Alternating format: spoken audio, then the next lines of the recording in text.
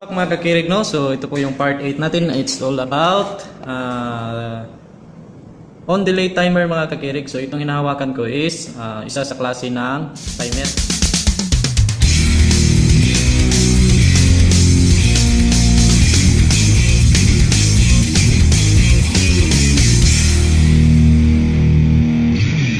So tapos na tayo kay magnetic contactor at saka kay relay.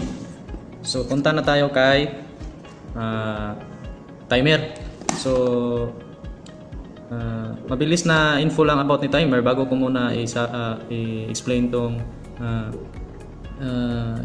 specs niya na sa ganitong timer is si timer din mga kakirig is uri din ng relay, no, mga kakirig, no. So ganun pa rin, si timer is meron ding coil gaya ni relay, may coil din siya, pareho sila may coil. So gagana sila pag masuplayan yung coil. So ang magkapareho din nila mga kakirig is may auxiliary contact din sila mga kakirig, no. So si timer din mga kakirig is may auxiliary contact. So nagkaiba lang sila mga kakirig sa function. Kasi si relay pag nasuplayan yung coil niya, so yung mga auxiliary contact niya is agad na kikilos from normally open to normally close, from normally close to normally open. So habang si timer mga kakirig, si on delay timer, pag nasuplayan niya yung ang coil niya, so yung mga auxiliary contact niya is saka pa lang gagalaw kung aabot na sa time settings. So kunwari kung iset siya 10 seconds or ilang oras or ilang ano, so pagka supplyan ng coil niya, yung mga normally open niya, normally close, saka pa lang yan gagalaw kung umabot na sa time set mga kakirig, no, depende sa time set. Pwera na lang kung i-zero mga kakirig. May ibang timer na pag na-zero is agad na mag-change yung position niya. Pero meron ding ibang timer mga kakirig pag na-zero is hindi mag-function yung kanyang auxiliary contact. So yun po ang mabilis na comparison nilang dalawa mga kakirig, no. So sa magnetic contactor naman mga kakirig, so sa magnetic contactor naman at saka kay timer, so pareho din sila. Ang magkapareho nila is yun nga, may coil din at saka auxiliary contact. Ang wala kay timer na meron kay magnetic contactor is yung power circuit mga kakirig, no, yung power terminals, yung line 1, line 2, line 3. Ito po yung wala kay timer. So si timer mga kakirig is pure na pang control circuit lang mga kakirig, no. So hindi siya pwede madaanan ng malaking amperahe kasi pwedeng masira siya kasi maliit lang yung kaya niyang amperahe. So si timer po mga kakirig is may halo na po itong electronics. Di gaya nila ni relay is pure electrical, gagalaw yung kung makikita nyo, gagalaw yung contacts niya, wala pong resistor, transistor, no. So si timer mga kakirig is may halong tingnan natin, electronics mga kakirig, no. Tingnan natin sa loob. So hanggang silip lang muna tayo mga kakirig, no, kasi baka hindi ko na masaulo ito. So yung makikita nyo mga kakirig, no, sa loob niya, yan po, may maliit na relay. So ito, relay ito mga kakirig, no. So may power supply from 220 siguro, step down niya from ilang voltahe, kung gawin niyang 12 volts ba yan or ilang volts. Basta may resistor, transistor, capacitor. So yan po si timer mga kakirig, no. So may halo na tong relay. So balik na natin, baka hindi ko pa mabalik mga kakirig. Ito lang yung nahiram ko mga kakirig, no. So ayan, nasa uli ko na mga kakirig, no. Hintikan pa. So ito po yung base niya. So para may paliwanag ko yung para makita nyo yung galawan niya, so punta tayo kay Simyo Relay App mga kakirig, no. So mga kakirig, no, so dito tayo sa Simyo Relay App. So kung makikita nyo, may selector switch dito or switch dito. Single pole, single throw lang muna yung ginamit ko mga kakirig, no. Hindi tayo gumamit ng push button. So dito mga kakirig, ipapakita ko lang kung ang function ni timer. So itong KT1 mga kakirig is ito yung on delay timer natin mga kakirig, no. So at itong sa baba mga kakirig, ito yung auxiliary contact niya na normally open at saka normally close. So ngayon mga kakirig, so sinet ko ng 5 seconds muna si timer. So kung nakikita nyo, may 5 dito sa gitna. So ito po yung settings niya sa time kung kailan gagalaw yung mga auxiliary contacts niya. So pagkaabot ng 5 seconds or pag countdown niya ng 5 seconds, saka lang magmo-move tong mga auxiliary contacts mga kakirig. So ipapakita ko sa inyo. I-play natin. So ayan, may kulay na yung line 1 at line 2 niya. So standby na si timer dito. So ginawa ko mga kakirig dito yung auxiliary contact mga kakirig. So hindi ko muna nilagyan ng wiring supply. Pinakita ko lang muna kung pinakita ko muna dito kung kailan gagalaw yung mga auxiliary contact niya mga kakirig, no. So try natin i-on mga kakirig, no. So 5 seconds. So naka 3, 2, 1. So tingnan niyo mga kakirig. So saka lang gumalaw yung mga contacts niya mga kakirig, no, pagkatapos ng time niya mga kakirig. So kapag i-off natin sa mga kakirig yung coil niya, babalik naman dito sa babalik yung mga contacts niya, babalik na sa original position. So ito. So ayan. So kaya tinawag siya ng on delay timer mga kakirig, no. So may delay yung pagka-on niya mga kakirig. So again mga kakirig, no. So like set natin to siya ng 10 seconds mga kakirig. Values, so delay, set natin ng 10 seconds. So okay, so play natin ulit. So ngayon naka 10 seconds na siya mga kakirig. So again, pagka on sa switch, energize yung coil. So hindi pa gagalaw yung contacts niya mga kakirig. So gagalaw lang niya after 10 seconds. So try natin. So ayan, so nag countdown na. So hindi pa kumilos yung mga auxiliary contact. So ayan, mga kakirig, no. So pagkaubos ng oras, saka lang gumalaw yung auxiliary contact niya mga kakirig. So may delay. So pagka off, babalik siya sa dati mga kakirig, no. So ganyan po siya. So i-comparison na lagyan natin ng relay dito mga kakirig, ha. So ayan mga kakirig, no. So naglagay ako ng relay dito at saka yung contacts ni relay para makita sa inyo kung anong pinagkaiba sa operation ni timer at saka ni relay. So play natin. So ayan. So si relay muna mga kakirig, no. So pagka switch on, so agad ma-energize yung coil niya, yung supply ng coil niya. So kilos agad yung itong mga auxiliary contact niya mga kakirig, no. So ayan, pagka on niya, so kilos agad. Samantalang kay timer, so mag-countdown pa siya bago kikilos tong mga auxiliary contact niya. 3, 2, 1, ayan, 0. So yan, may delay. So yan yung pinagkaiba ni relay at ni timer mga kakirig, no. So may delay yun, may delay si timer ay yung mga auxiliary contacts niya, depende kung ilang segundo, minuto or oras yung nakaset dito. So pagka off mga kakirig, babalik ito sa original position. Ganon din kay relay, no. So sa next demo mga kakirig, no, is nilagyan ko na ng pilot light yung mga auxiliary contacts ni timer.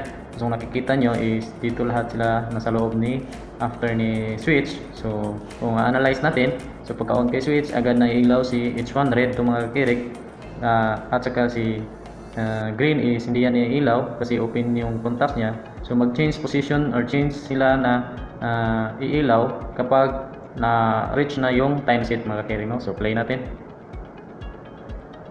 So ayan, umilaw si red. So si green hindi pa. So nag-countdown na. 3, 2, 1, 0. So ayan, no? Kung makikita nyo, umilaw na si green at saka si red is namatay. So yan po yung timer mga kakirig, no? So on delay timer mga. So madalas na ginagamit si timer sa operation ng mga common na pinaka-common na ginagamit si timer mga kakirig, no, is sa operation ng direct online na Y delta, no. So sa Y delta, sa Y delta na mga control, kung makikita niyo, may timer talaga yan si Y delta kasi from Y, pag first on is magwa-Y siya. So Y connection or star connection. So bago siya, so may set din siya mga 5 or 8 seconds, so bago siya mag-delta mga kakirig, no. Isa pa na sa common na ginagamit niyo mga kakirig yung timer is pwede siya sa DOL or direct online din na traffic light, no mga kakirig, no. So traffic light mga kakirig. So gumawa ng basic na traffic light na operation mga kakirig, no. So try natin. So mga kakirig, no, may ginawa kong example dito kung paano gagamitin si timer. So ito po yun, traffic light mga kakirig, no, one way lang siya. So may tatlong ilaw dito, so red, orange, saka green. So sa dito na diagram mga kakirig is gumamit din ako ng tatlong timer. So PT1, timer 1, PT2, timer 2, PT3, timer 3. So hindi ko muna kinompress yung timer natin na device para makita nyo kung Kasi demo lang ito mga kakirig, no? Para makita rin natin kung paano gagalaw yung mga contacts niya at paano gamitin yung timer. So ngayon, may si red dito mga kakirig is naka-interlock kay timer 1 na normally close. So pagka-on natin sa switch, agad ilaw si timer. Agad ilaw si red. So mag-countdown si timer 1. So dito naman si timer 2 at saka si orange na pilot light naka-interlock kay timer 1 na normally open. So hindi pa ma-energize si timer 2 at hindi pa ilaw si orange kung hindi ma-energize si kung hindi matapos yung time ni timer 1. So dito rin si orange is naka-interlock kay timer 2 na normally close. So papatayin si orange after ng time ni timer 2. At saka si green mga kakirig at saka si timer 3 is naka-interlock kay timer 2 na normally open. So ibig sabihin, iilaw lang si green at masupplyan ang coil ni timer 3 kapag nag-close na yung auxiliary contact ni timer 2 after 5 seconds. Si timer 3 mga kakirig is taga-reset mga kakirig, no? So naka-interlock itong lahat na circuit nito kay normally close kay timer 3. So pagkatapos ng 10 seconds is i-reset niya lahat para babalik na iilaw si red. So yung cycle niya red, orange, green, red, orange, green. Hindi yan matatapos mga kakirig kung hindi switch off si switch. So try natin mga kakirig na i-play. Pwede mo natin mga kakirig, no? So ayan, umilaw na siya. So try natin on. So ayan, nag-countdown si timer, umilaw si red. 6, 5, 3, 2, 1. So ayan, umilaw si orange, nag-countdown si timer 2, 5 seconds. So ayan, umilaw si green, nag-countdown si timer 3 para ma-reset. Para si red, babalik si red ilaw. 2, 1. So ayan mga kakirig, no? So paulit-ulit lang siyan mga kakirig, no? So yan po ang isa sa example kung paano gamitin si timer mga kakirig, no? So traffic light po ito. So kung bihasa na po kayo sa timer mga kakirig, so pwede nyo yan i-compress. Ibig sabihin, limitahan yung timer na gagamitin mga kakirig, no? Para makasave sa device. Pero ngayon sa mga new technologies mga kakirig, bihira na lang gumamit ng mga conventional na controller sa traffic light. Madalas yung mga kakirig is parang PLC na yata yan, no? So dito is demo lang kung paano gagamitin si timer. So try nyo na mga kakirig, yung mga semi relay app user dyan. So try nyo na yan. Try nyo nang gumawa ng circuit na meron si timer, no? So, salamat. So, try natin balik ulit sa actual na timer mga kakirig. So, ngayon mga kakirig, tapos na tayo sa semi-relay app. Sana naintindihan nyo or nakatulong ako na maintindihan nyo kung paano mag-function si timer mga kakirig, no? So, ngayon mga kakirig, try ko i-explain uri ng timer na to. So, ang brand niya, yung specs niya is, yung brand niya is Anli AH3E-NB. So ito po yung parang code niya mga kakirig, no? Kung mag-search kayo sa Google nito, type nyo lang Anli AH3E-NB. So makikita nyo po yung specs niya. So makikita nyo dito may pointer, no? So kasi may 0.5, 10, 1, 15, 20, 0.2, basta ganun mga kakirig, no? So ang maximum niya dito mga kakirig, no, is based dito sa kanyang sa ibaba, ito mga kakirig is may 30. Ibig sabihin ng 30 is numero. So ito is minutes, ito is seconds. So ang pinakamataas niya nito mga kakirig is 30 minutes. No, sa timer na ito may 30 minutes. Pero meron din mga timer mga kakirig na mataas yung range niya mga kakirig, no. So dito ang maximum niya is 30 minutes. So kung i-set natin siya mga kakirig, no. Kung i-set natin yan, so ito nakaset sa 30 tapos seconds, no. Kasi yung puti nandito sa S, tapos yung isa is sa 30. So 30 seconds. Kung gusto niyo gawing minutes to, so lipat nyo lang dito sa kabila yung puti mga kakirig, no. So ayan mga kakirig, no, nalipat ko na sa kabila. So andito na po yung siya. So maximum niya yan is 30 minutes. So kung ilipat naman natin sa seconds or gusto nyo minutes, so 3, kung lagay nyo dito sa 3, so maximum niya is 3 minutes. So ayan mga kakirig, so kung nalagay nyo na dito siya sa 3, so ibig sabihin ang maximum na settings niya is 3 minutes. So dito muna tayo sa 30 seconds. So lagay natin sa 30 seconds mga kakirig. Ayan, nalagay ko na sa maximum niya is 30 tapos seconds. So kung iset natin siya dito, is ibig sabihin yan 15 seconds, dito is 10 seconds, 5, no? 5, 10, 15, 20, 25, 30 seconds kasi nandito siya sa seconds nakaset. Focus natin ha. Ay mag-focus. So andito siya sa seconds nakaset. So yan po ang ano niya. Pag nakaset naman niya sa M, Tingnan siya mga kakirig, no? So 30 tsaka nasa M. So ibig sabihin niya is maximum is 30 minutes. So ibig sabihin, so ito, nakaset siya sa 30 minutes, 30, 25 minutes, 20 minutes, 15 minutes, 10 minutes, 5 minutes, no? So yung mga dash na yan is mga minutes yan lahat pag nakaset. So balik natin sa seconds. You are watching Kakiri Motor Control Video Tutorial. So sit back and relax and enjoy. Kirig, seconds muna tayo, no? So 10 seconds. So ngayon mga kirig, ang gagawin ko is ito pa mga kirig, ibig sabihin nito, yung lights nito. Pag nasupplyan na yung coil niya mga kirig, so mag-blink to mga kirig, no? Blink, ibig sabihin nagka-count yan. So pag umabot na ng time set mga kirig, kunwari set 10 seconds, so mag-stop yan. Tapos yung mga auxiliary contact niya is gagalaw na mag-change position. So dito naman mga kirig, specs niyo, makita niyo, may A mode. So may A mode at saka B mode. So set natin siya muna sa A mode. Kasi si B mode is parang special yan na function, no? So tuturo ko din yan sa inyo mamaya. So A mode muna tayo. So magkikita rin natin dito sa body ni timer is ang kanyang diagram, no?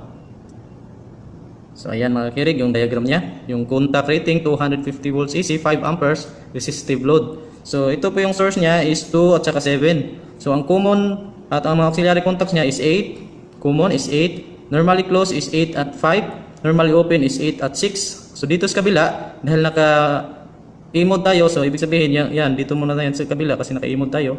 So ang common is 1. So 1 at saka 4 is normally closed. 1 at saka 3 is normally open. So kapag na-set tayo sa B-mode, so ang B-mode natin is ganun pa rin, 1 at saka si 4 is normally closed, 1 at saka si 3 is normally open. So try ko munang mag-wiring ngayon mga kiring, no? Gamit nito. So direct na muna tayo mga kiring, no? Wala tayong push button or ano. Gagamitan lang natin ng circuit breaker at saka itong orange na pilot light. So first, so ang gagawin ko mga kiring is siyempre lilinihan ko to, supply ko to auto 7. So dito muna tayo kay normally open, no? Normally open, so 8 at saka 6. So kailangan pag 10 seconds iilaw si orange na pilot light. So i-drawing ko muna yung diagram natin mga kirig, no? So ito muna yung ang ganda ng pagka-drawing mga kirig, no? So ito na muna yung gagawin natin actual. Ginawa ko sa simulator na traffic light na hindi ko yun magagawa sa actual kasi kulang yung device ko mga kakirig, no? So ito na muna mga kakirig, no? Ipakita ko kung paano gagalaw yung mga contacts niya. So may circuit breaker tayo, circuit breaker, tapos timer na coil, so 7 at 2, at saka nakaset siya ng 10 seconds. So gagamitin muna natin yung 8 at saka 6 na normally open at saka si pilot light. So wiringan muna natin mga kakirig, no? So ito na pong na-wire na po mga kakirig, no? So may breaker tayo, breaker. So timer, so base muna to. So timer si 7, si 2 at saka si 8 at saka 6. So tingnan natin. So sa line 1 is from 7. So line 1. So line 1 to 7. So 7 po yan mga kakirig, no? So may tagging po yan na 7. Ito. So 7. Kita po ba? So 7 to 8. So from 7, may wire dito from 7 to 8. So ito po yung terminal na 8. So kita 8. So okay na tayo dito sa kabila. So sa line 2 naman tayo mga kirig dito tsaka sa terminal number 2. So coil ng timer line 2. So coil ng timer is number 2. Oh ito number 2. So tapos ang line 2 rin ni pilot light. So ito. So pilot light line 2. So ito yan dito nakakonect sa line 2. So tapos dito ang 6 yung normally open 8 at saka 6 to pilot light. So ito yung mga kirig. So 6 yung light hindi nakita. 6 yan mga kirig, baliktad lang. Kasi dito dapat tayo sa itaas mo ganun. So may kulang na isa na terminal na screw na wala. So yan po yung 6 normally open. So dapat lagay natin sa timer. So dapat pagka abot ng 10 seconds saka pa lang iilaw si orange mga kirig, no? Kasi nasa normally open siya ni 8 at saka 6. So try natin. So dapat pagka on hindi muna iilaw si pilot light. So ayan. So nag-blink siya mga kakirig. So hindi rin umilaw si pilot light.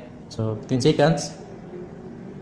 So ayan, so umilaw. So ibig sabihin, pagka-energize ni coil, so nag-count siya ng 10 seconds bago siya nag-close.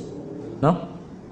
So off natin, balik. So kung iset naman natin siya ng 15 seconds, so ganun din. So pagka on, so nag-blink, 15 seconds.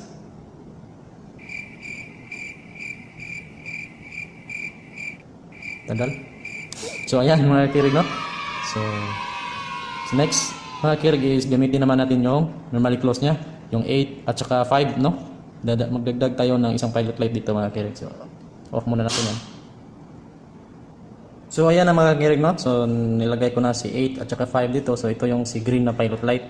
So ito is line 2 niya. So line 2 yan. Kinonik ko lang kay coil na number 2 para hindi masyadong dumami yung dito, kasi mas okay dito is dalawa pa dito. So dito yung line 2 niya. So tapos yung line 1 niya is nasa 5 yan mga kakirig, no? 5 na terminal. So 5 ito. So ito 5. So kasi 8 common nila. So ito yung common nila na kuan, 8. 8 saka 6 is open, 8 saka 5 is close, no? 8 6 open, 8 5 is close. So ang tendency nito ngayon mga kakirig is pagka on ko sa breaker, ilaw agad yung green, no? Tapos si pilot light is standby or off. After 10 seconds mga kirig, magpalit sila ng ilaw. So, mamatay si green, iilaw si orange. So, try natin mga kirig. So, set natin siya lang 10 seconds lang mga kirig, no, para hindi masyadong mahaba. So, on. So, umilaw si green. So, nag-count siya mga kirig. No? 10 seconds yan. Papalit siya. Off, on to after 10 seconds. So, ayan mga kirig, no? So, after 10 seconds, namatay siya at nag-on siya. So, yan po yung timer natin mga kakirig. So again, pagka on, iilaw si green, mag-count si timer ng 10 seconds. After 10 seconds, mamatay ito. Ito naman yung ilaw. Yan po mga kakirig, no? So, kung may naintindihan kayo, so try nyo yung traffic light natin na diagram or gumawa kayo ng sarili nyong sequence, simple sequence muna. Tapos pag in-actual nyo is safety lang mga kakirig, no? Kasi hindi biro yung kurente. So kung mayroong simulator kayo, yung Simurelli app mga kirig, try mo muna doon yung diagram nyo bago ni-actual para makita nyo na gagana talaga or walang maging short circuit or problema, no? So next naman tayo mga kakirig, no? Yung pakilala ko yung mode B. So mga kakirig, no? Ginamit natin dito is yung 8 tsaka 6 na normally open, 8 tsaka at 5 normally close. So dito sa kabila, pwede rin ito magamit si 1 at saka si 4 bilang normally close, 1 at saka 3 bilang normally open, no?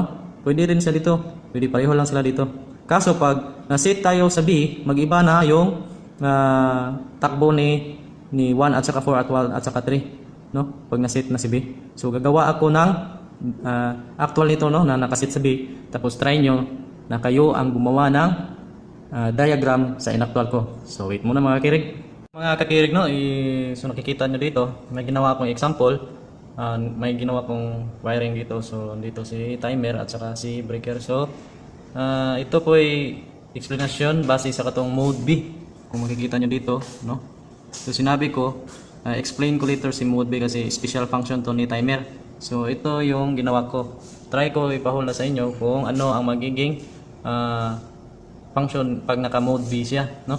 So dito, ang ginamit ko lang is stop button at start button, pilot light green at saka pilot light red. At saka ang ginawa kong sequence mga kakirig is pagka press start, so nakaset siya ng 10 seconds. 10 seconds siya mga kakirig, no? So ang sequence nito mga kakirig is pagka press start ko, is ilaw agad si red, si green, no? After 10 seconds, mamamatay si red. Si green, iilaw si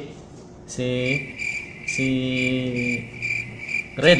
So ang tanong mga kakirig, wala akong hindi ako gumamit ng relay. Tapos yung ginamit ko ay one momentary push button switch na normally open lang mga kakirig, no? So kapag push button yung ginamit natin, need natin ng latching. Pero sa ginawa ko ngayon mga kakirig, ginawa ko siyang mode B at ito yung function niya, no? So pagka pre-start, so umilaw agad si green at nag-count si timer. So pero bakit continuous yung coil niya? Set muna natin kasi explain ko. So again mga kirig, no? Set natin ng 20 seconds, no? So ang ginamit ko rito ng mga kirig is isang timer na nakaset mode B. Tapos mga push button switch na momentary mga kakirig, no? Ibig sabihin is pagka-press is babalik siya, may spring siya, babalik siya sa open. So sa system na to, sa sisteman to, pag push button gamit natin, so need talaga natin ang holding contact. Pero ngayon, hindi ako gumamit ng relay bilang pang holding contact. So bakit siya magka-hold mga kakirig, no? Kasi so yan ang tanong, paano mag-hold or magka-latch yung diagram or yung circuit niya, timer natin ginamit. So tingnan natin mga kakirig, ha. So pre-start, umilaw si green. So nag-count na siya. So nakalatch siya mga kakirig, no? So nakasit niyang 20 seconds. So bago maglipat ng pumalit sa ilaw 20 seconds. So ano kaya ang meron kay mode B, no? So walang relay mga kakirig, ha, pero nakalatch siya. Push button yan. So stop. So start na maglipat yung ilaw niya within 20 seconds. So, may idea na ba kayo mga kakirig kung ano ang mode B? Stop natin, start. So, reveal natin mga kakirig, no? So, si mode B mga kakirig is, naset siya ng mode B, yung auxiliary contact niya is gagalaw agad, no? So, ipakita natin mga kakirig, no, sa mode B. So, pag nag-mode B tayo mga kakirig, so ito si 1, pag nag-mode B tayo, tingnan mo, iba yung design niya, no? So, ibig sabihin yan mga kakirig, pag mode B, pag na-supplyan, agad na gagalaw yung contacts niya, no? Gagalaw yan agad. So ito ang tinatawag natin na instantaneous contact mga kakirig, no? So si mode B 1 at 4, 1 at 3 is instantaneous contact mga kakirig. So ibig sabihin hindi siya